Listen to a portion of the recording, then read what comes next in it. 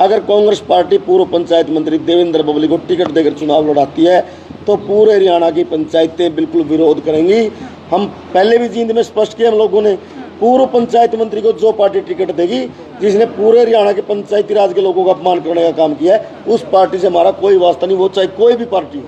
हम किसी की गोद में बैठने वाले नहीं, हम अपने अधिकारों की लड़ाई लड़ रहे हैं और स्वाभिमान की लड़ाई है। जब तक जीत नहीं जाते हम लोग एक कदम भी पीछे नहीं हटेंगे। सर, लगातार आप लोगों के आंदोलन चला, उसके बीच में नए मुख्यमंत्री बदलने के बाद 21 लाख तक की राशि की आपको अनुमति दे दी है। अब क्या नाराजगी है जो आप एक तरह से इस तरह के कार्यक्रम करके फिर एक बार सरकार को घेरने का काम करने की बात कर रहे हैं? पहले तो हम मीडिया के माध्यम से आम जनता के बीच में बात बताना चाहते हैं, जो सरकार ने भ्रम फैलाने का काम किया है कि पंचायतों को ऊपर हुई को ये अधिकार दिए वो अधिकार दिए, जो एक भ्रम फैलाना चाहते हैं पंचायतों के खिलाफ।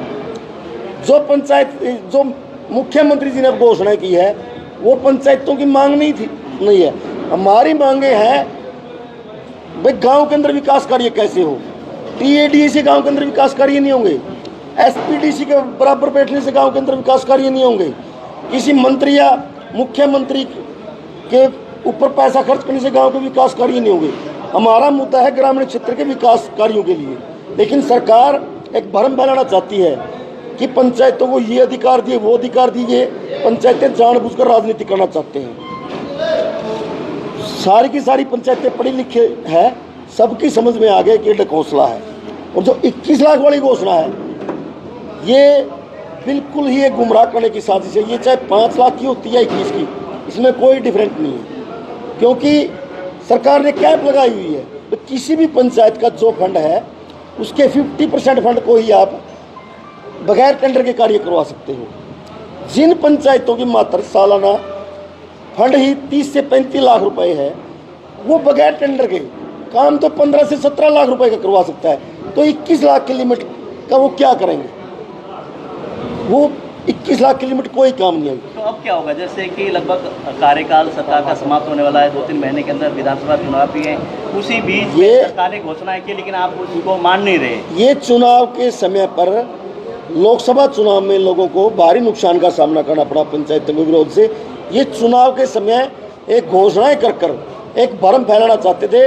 ये पंचायतों सबसे बड़ा इनका मुख्य उद्देश्य था पंचायतों की एकता को तोड़ना। लेकिन इन लोगों ने घोषणा करके ये मानते हैं पंचायतों की एकता को तोड़ने में सरकार कुछ न कुछ कहीं ना कहीं कामयाब हुई? बिल्कुल भी नहीं। हम शुरू से कह रहे हैं मात्र वही 5 से 7% लोग हैं जो सरकार के साथ शुरू से जुड़े हुए हैं। कोई किसी अपनी निजी स्वार्थ से किसी और सोच से। इस पहले वाले मुख्यमंत्री ने और पंचायत मंत्री ने एक एसोसिएशन बनाई थी, हरियाणा सरपंच एसोसिएशन। आज वो हरियाणा के अंदर कहीं नजर आ रही है? हरियाणा विकासशील सरपंच एसोसिएशन कहीं नजर आ रही है? अब नए मुख्यमंत्री और पंचायत मंत्री ने कुछ अपने साथी तैयार किए थे, लेकिन उनसे कोई फर्क नहीं पड़ा। तो आज की मीटिंग का क्या है? आज की मीटिंग का हमारा एजेंडा था, मुख्यमंत्री जी ने वहाँ एक चीज बोलनी थी कुरुक्षेत्र के अंदर कि ये हमारा एजेंडा है, आप अपना एजेंडा लेकर आओ। तो हम ये कहना चाहते हैं ताकि ये लोग कल को ब्लेम ना करें कि हम लोगों ने लोगों को बोला था, मुख्यमंत्री जी ने कहा था कि अब गेंद आपके पाले में है। हम वो गेंद मुख्यमंत्री जी के पाले में डालते हैं। हम मुख्यमंत्री जी को और हरियाणा सरकार को 15 दिन का समय देते हैं। सरकार हमें बुलाए, बैठकर टेबल पर हर बिंदु पर चर्चा करेंगे।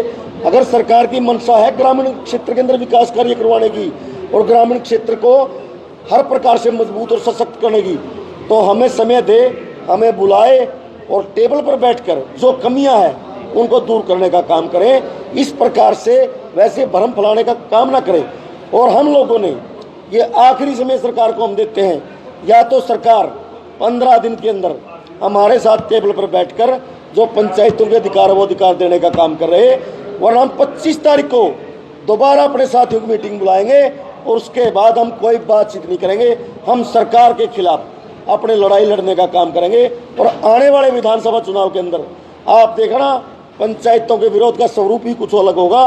गाँव के अंदर इन लोगों को कोई भी प्रोग्राम नहीं कर पाएंगे लोग सार्वजनिक स्थानों पर। हम बकायदा लिखकर और अपने गांव के लोगों को इकट्ठा कर डीसी साहब को भी बोलेंगे, अगर ये हमारी बातें नहीं मानते, कि गांव के अंदर हमारे अगर गांव का ये माहौल खराब करते हैं नेता जानबूझकर आकर, पीछे भी लोगों ने कोशिश की है लोगों को आपस में लड़वाने की, बीजेपी के नेताओं ने। हम किसी भी प्रकार से लोगों का साथ नहीं देंगे और विधानसभा चुनाव के अंदर पूरी हरियाणा की पंचायतें प्रमुख विपक्ष का काम करने का काम करेंगी और बीजेपी को दिखाएंगी कि हरियाणा की पंचायतों की ताकत क्या है। हरियाणा की पंचायतें बिल्कुल किसी से कमज़ोर नहीं है और हरियाणा की पंचायतें अपने गांव देहात को बचाने के लिए हम किसी भी हद तक और किसी भी से भी लड़ने की हिम्मत रखते हैं। हम ना झुकेंगे और ना बिकेंगे। हरियाणा के जो पूर्व मुख्यमंत्री थे उन्होंने जोर जबरदस्ती जो है पंचायतों के साथ अजमाई, कड़क रवैया रखा, मुकाबले जो नए मुख्यमंत्री हमारे आए हैं वो थोड़ा सा नरम व्यवहार पंचायतों के साथ कर रहे हैं। तो क्या पंचायतें भी उनके साथ नरम रहेंगी आने वाले टाइम? बिल्कुल, अगर उन्होंने कहा है तो हमने 15 दिन का समय दिया उनको। और जो ई टेंडर प्रणाली पर पूर्व मुख्यमंत्री और पूर्व पंचायत मंत्री जोर दे रहे थे, मैंने 10 दिन पहले फतेहाबाद के अंदर प्रेस कॉन्फ्रेंस भी की थी।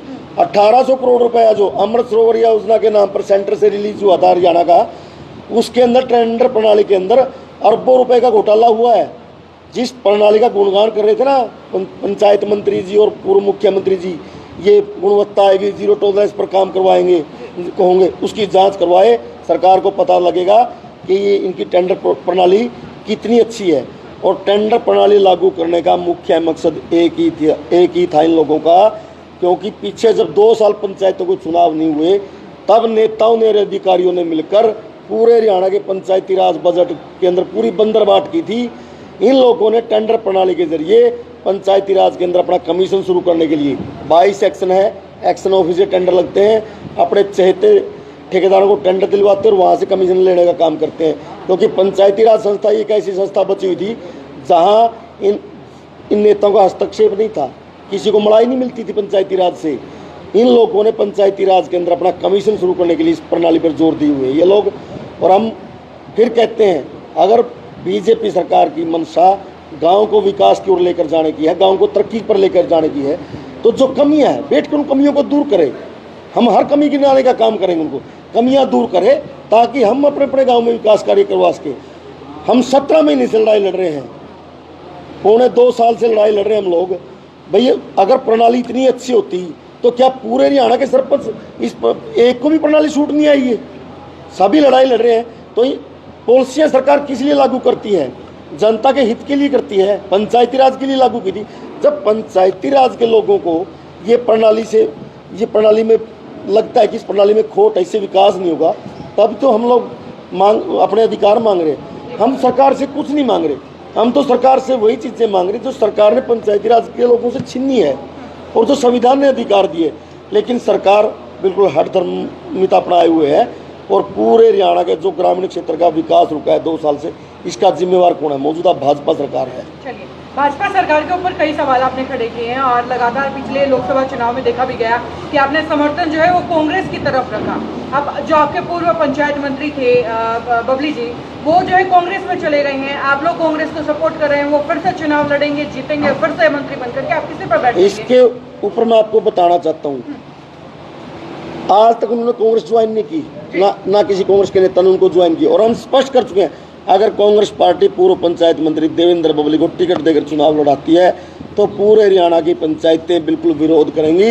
हम पहले भी जींद में स्पष्ट किया, हम लोगों ने पूर्व पंचायत मंत्री को जो पार्टी टिकट देगी, जिसने पूरे हरियाणा के पंचायती राज के लोगों का अपमान करने का काम किया है, उस पार्टी से हमारा कोई वास्ता नहीं, वो चाहे कोई भी पार्टी हो। हम किसी की गोद में बैठने वाले नहीं, हम अपने अधिकारों की लड़ाई लड़ रहे हैं और स्वाभिमान की लड़ाई है। जब तक जीत नहीं जाते हम लोग एक कदम भी पीछे नहीं हटेंगे। चाहूंगी कि थोड़ा सा छोटे में बताएं कि मुख्य मांगे क्या क्या है सरकार से, क्या क्या चाहते हैं कि पूरा हो जाए, सब 2 लाइन।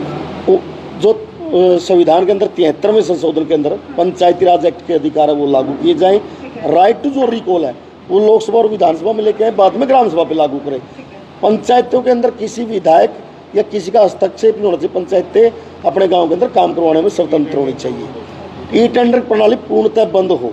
ई टेंडर प्रणाली पहले भी थी, लेकिन पहले बड़े सत्र पर थी। ई टेंडर प्रणाली के अंदर जो काम करने का प्रोसेस है वो बहुत लंबा है। इन लोगों ने हर काम, एक पुली का निर्माण भी टेंडरिंग से करवाओ, एक छोटी गली है उसका भी। ई टेंडरिंग प्रणाली के अंदर पहले हम रेजुलेशन डालते हैं, फिर जेई एस्टीमेट बनाता है, फिर टेंडर लगता है, फिर ठेकेदार को 6 महीने का समय दिया जाता है। 6 महीने के अंदर भी वो काम ना करे तो वो दोबारा अपना समय बढ़वा लेता है। इससे गांव के अंदर 5 साल में काम ही नहीं होगे। जो पंचायतें काम 15 से 20 दिन में करवा देती है टेंडर प्रणाली से, वो काम 6 या 7 महीने में होता है। इससे कैसे गांव का विकास होगा?